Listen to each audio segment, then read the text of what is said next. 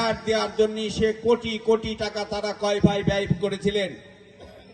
যে বঙ্গবন্ধুর আদর্শের কথা বলে তারা আসলে তো বঙ্গবন্ধুর আদর্শের লোক ছিল না, কিন্তু আমাদের মাননীয় মন্ত্রী চিন্তা করেছিলেন যে তারা এসে দলকে এত ভার করে দল করবে, কিন্তু ওরা আসছিল ব্যবসা করার জন্য। ইস্ট ইন্ডিয়া কোম্পানির মতো আওয়ামী লীগ করতেছে তারা।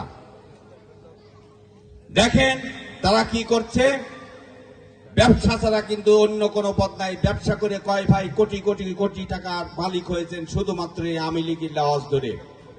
তারপরে মন্ত্রী মহোদয়ের বিরুদ্ধে যত ষড়যন্ত্র করা দরকার এই ষড়যন্ত্রকারীর মুখ্য ভূমিকা পালন করেছেন তারা।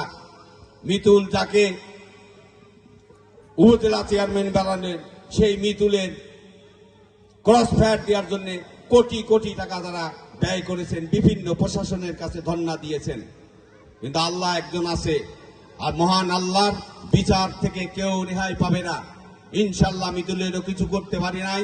আজকে আমাদের মাননীয় মন্ত্রী এমপি থেকে মন্ত্রী হয়েছে, যা বাংলাদেশের ইতিহাসে, রাজবাড়ী জেলার ইতিহাসে আর নাই, হই নাই আজ পর্যন্ত। হয়তো আবার 100 বছরের মধ্যে হবে কিনা সেটা আল্লাহ জানে, আমরা কেউ বলতে পারি না।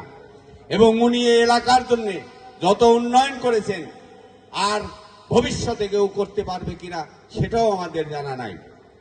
দেখেন একজন বলেছেন যে বালিয়াকান্দি অনেক উন্নয়ন হয়েছেন, তার থেকে পাংশা উন্নয়ন কম হয়েছেন। কারণ বালিয়াকান্দি উন্নয়ন যে করেছেন আমাদের মাননীয় মন্ত্রী, সেখানে আজাদ হলো আমাদের দলীয় চেয়ারম্যান।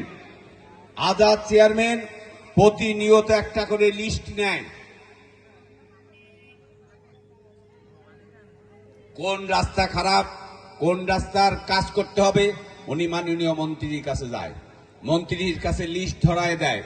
তা মন্ত্রী মহোদয়ের সঙ্গে করে উনি এলজিডির চিফ ইঞ্জিনিয়ারের কাছে যায়, বিভিন্ন জায়গায় মন্ত্রী মহোদয়ের সঙ্গে গিয়ে ধর্ণা দিয়ে তারপরে সেই সব কাজ করে। আর আমাদের যে উপজেলা চেয়ারম্যান, তার তো আর ক্ষমতা নাই মন্ত্রী মহোদয়ের কাছে যাবার, উনি অফিসে যায় আর বাড়ি আসে। আর পাংশা রাজবাড়ী এলজিডিতে যায়, ওনার কাজের এই কোথায় কি কাজ টেন্ডার হচ্ছে, কোন কাজটা নিতে পারে, কোথায় ধর্ণা দেওয়া যায়, এই একমাত্র ব্যবসা, তাছাড়া অন্য কোনো কাজের জন্য না।